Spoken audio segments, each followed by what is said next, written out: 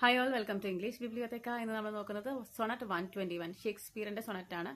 ഇതൊരു ഇംഗ്ലീഷ് സൊണറ്റ് ആണ്. ഇംഗ്ലീഷ് സൊണറ്റിന് പറയുന്ന മറ്റൊരു പേരാണ് ഷേക്സ്പീരിയൻ സൊണറ്റ് എന്നുള്ളത്.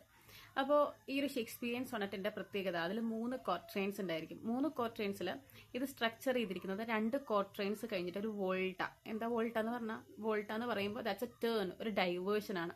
ആദ്യത്തെ 2 ക്വാട്രെയിൻസിൽ അദ്ദേഹത്തിന്റെ സംശയങ്ങൾ, ഇദ്ദേഹത്തിന്റെ ആകുലതകൾ, ഡൗട്ടുകളൊക്കെയാണ്, പ്രശ്നങ്ങളൊക്കെയാണ് പറയുന്നുണ്ടാവുക. ആ 2 ക്വാർട്ടറിന് ശേഷം ഒരു വോൾട്ട, ഒരു ടേൺ വരും. ആ ടേണിൽ നിന്ന് അദ്ദേഹത്തിന് എന്തോ ഒരു സൊല്യൂഷൻ കിട്ടും. ഈ പ്രശ്നങ്ങൾക്കൊക്കെ ഒരു സൊല്യൂഷൻ, ഈ ഒരു പോത്തിന് മൊത്തമായിട്ട് ഒരു കൺക്ലൂഷൻ, അതൊക്കെയാണ് ഈ ലാസ്റ്റത്തെ ഈ ഒരു ക്വാർട്ടറിൽ പറയാം. അതാണ് ഇതിന്റെ സ്ട്രക്ചർ എന്ന് പറയുന്നത്. പിന്നെ അതിന്റെ റൈം സ്കീം എന്ന് പറയുമ്പോൾ AB CD CD EF GG, അതാണ് ഈ ഒരു സൊണറ്റിന്റെ റൈം സ്കീം എന്ന് പറയുന്നത്.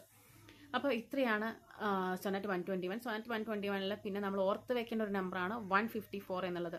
ഇവിടെ ഷേക്സ്പിയർ എഴുതിയിട്ടുള്ള സൊണറ്റുകളുടെ എണ്ണാണ് 154. അദ്ദേഹം ആദ്യമായിട്ട് ഇത് പബ്ലിഷ് ചെയ്തത് 1609 അതുപോലെ ഇത് ഡെഡിക്കേറ്റ് ചെയ്തിരിക്കുന്നത് മിസ്റ്റർ MH വേണ്ടിയിട്ടാണ് ഇത് ഡെഡിക്കേറ്റ് ചെയ്തിരിക്കുന്നത്. പിന്നെ തോമസ് തോപ്പാണ് ഇതിന്റെ പബ്ലിഷർ. ഇത്രയും കാര്യങ്ങളാണ് നമ്മൾ ഓർത്ത് വെക്കേണ്ടത്. എന്തൊക്കെ ഇപ്പോൾ ഞാൻ പറഞ്ഞ ഇംഗ്ലീഷ് സൊണറ്റിന്റെ പ്രത്യേകത പറഞ്ഞു, സ്ട്രക്ചർ പറഞ്ഞു, അതുപോലെ അതിന്റെ റൈം സ്കീം പറഞ്ഞു, പിന്നെ തോമസ് തോപ്പിന്റെ കാര്യം പറഞ്ഞു, അത് പബ്ലിഷർ, അതുപോലെ മിസ്റ്റർ MH അത് ഡെഡിക്കേറ്റ് ചെയ്തിരിക്കുന്നു. 154 സൊണറ്റ്സ് ആണ് ആരെഴുതിയിട്ടുള്ളത്?